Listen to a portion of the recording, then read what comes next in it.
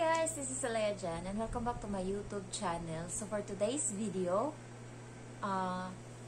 ano nga ba yung mga quality na gusto ng mga amo or kaya yun yung mga gusto ng mga amo kaya hindi na-terminate or tumatagal yung mga katulong nila. So example ko dyan yung kapatid ko. Ang plano niya kasi mag-Hong Kong siya dapat. Kaso ang iniisip niya, pag mag-Hong Kong siya, another na naman, and hindi niya alam kung ano yung pagdadaanan niya sa Hong Kong, kung mati-terminate siya, ganyan. So, walang kasiguraduhan yung pagpunta sa Hong Kong. So, at least doon sa amo niya, okay naman yung touring sa kanya, hindi siya sinasaktan, pinapakain naman siya, kasi mataba nga siya pag uwi. Kala ko na maya, tapos ang laki pala ng, ng katawan niya. So, ang dyan is, ang decision niya is babalik siya doon sa Kuwait. Kasi natatakot siya na baka, ang kinakatakutan kasi ng mga, baguhin na lang natin yung title. Ano nga ba ang kinakatakutan ng mga nag-a-apply sa Hong Kong as domestic helper? Yun yung ma-terminate. Kasi kahit sabihin mong ex-abroad ka, kung pagdating mo sa Hong Kong, ang amo mo is may saltik, wala ka talagang choice, wala ka talagang kundi ma-terminate. Katulad nga ng kaibigan ko na 4 years ata siya sa Middle East, pero pagdating sa Hong Kong, 9 days lang siya is terminate siya. So, walang kasiguraduhan dito guys, kaya yung kapatid ko, gusto niya na lang bumalik doon sa amo niya. So ako is nalulungkot kasi ine-expect ko na sabay na kami sa Hong Kong, magkasama na kami sa Hong Kong, na kami doon. So parati ko na siyang makikita. So hindi ganun yung mangyayari. Ang dami naming plano sa Hong Kong, tapos biglang ngayon is iba na. So babalik na daw siya doon sa Kuwait kasi doon sure siya na hindi siya tatratuhin ng mali, and kilala niya na yung amo niya, 3 years na siya. Hindi man siya wala nga siyang day off, tas yung sahod niya maliit, pero ang inaano niya is okay na siya doon, parang naging na yung comfort zone niya.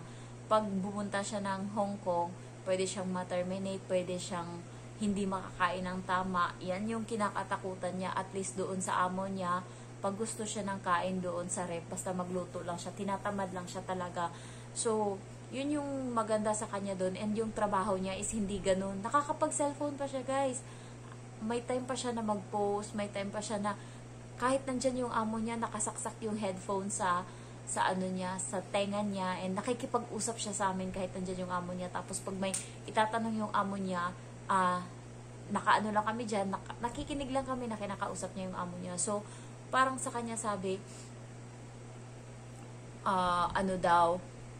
ang sabi niya is okay na daw siya doon kahit maliit yung sahod. And ang pinoproblema niya, yung papa ko kasi is may sakit.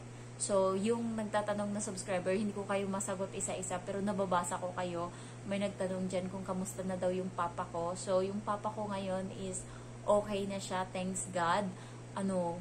Buti na lang naabutan pa talaga ng kapatid ko na pa-check up, na asikaso, nabigyan ng tamang gamot. Kasi kung yung mama ko wala na talaga, nag-iyak na lang yung mama ko sa harap ng papa ko na nagsabi na, sorry, hindi talaga kita maasikaso. Minsan yung papa ko, kasi nakikita niya yung mama ko may grocery pa kami, ihahatid pa yung bata sa school, tatambay pa, tapos pagdating sa bahay marami pang gawain, may mga bibi pa kami, may mga iba pa kaming mga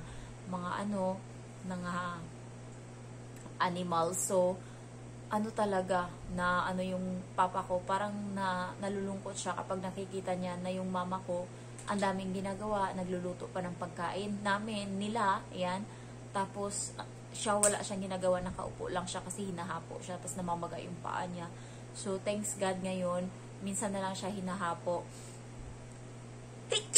Pag nakakain siya ng bawal, kaya yung kinakain niya lang talaga is gulay. Bawal siya, may ibang mga gulay na hindi siya pwede, itlog bawal siya.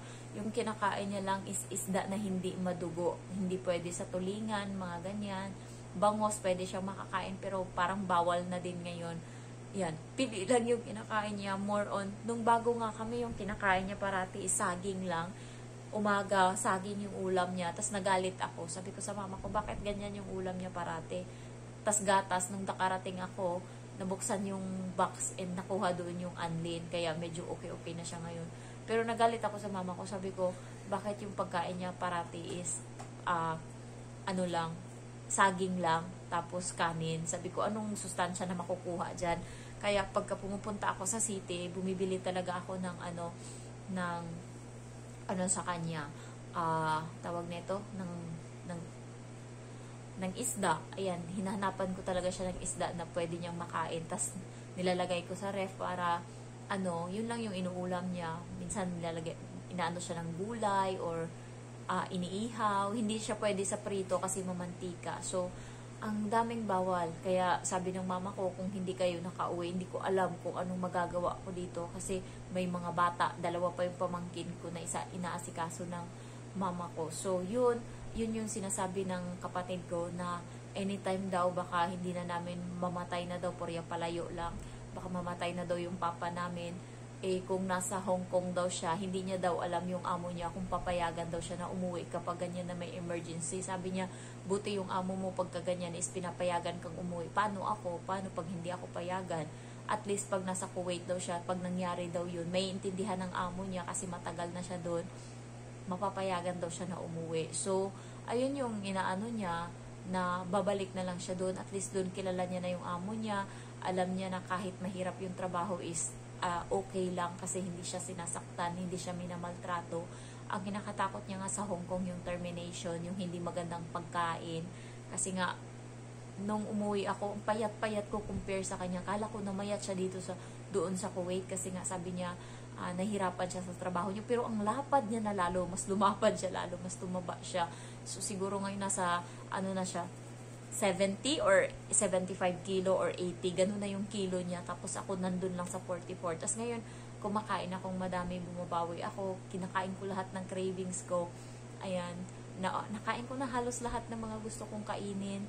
Nagbalensyana na ako, nag-ano na ako ng tambo, naggata na ako.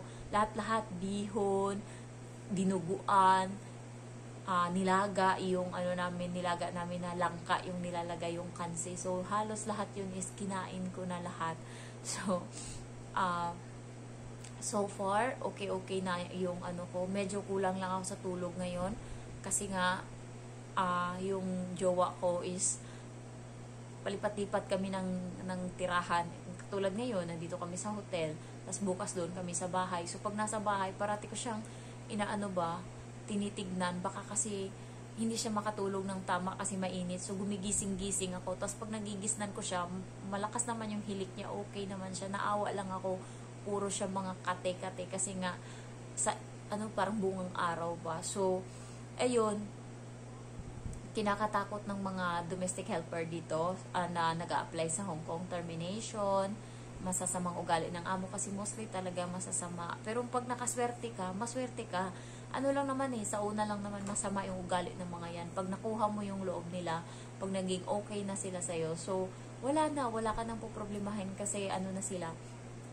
Ako kasi, ang alas ko lang talaga dyan sa bahay ng amo ko yung bata. Kasi nga, walang makakatagal sa ugali ng bata. Ako lang. So, ako lang yung nila. Talagang ako lang talaga yung gusto nila na maging katulong. Wala nang iba.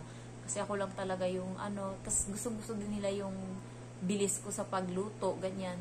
Sa paglinis sa bahay, malinis daw ako, sabi ng amo ko. Malinis naman talaga kasi pag nagpupunta kami ng hotel ngayon, tinitignan ko yung gusto kong linisin yung sink, gusto kong linisin kasi hindi malinis.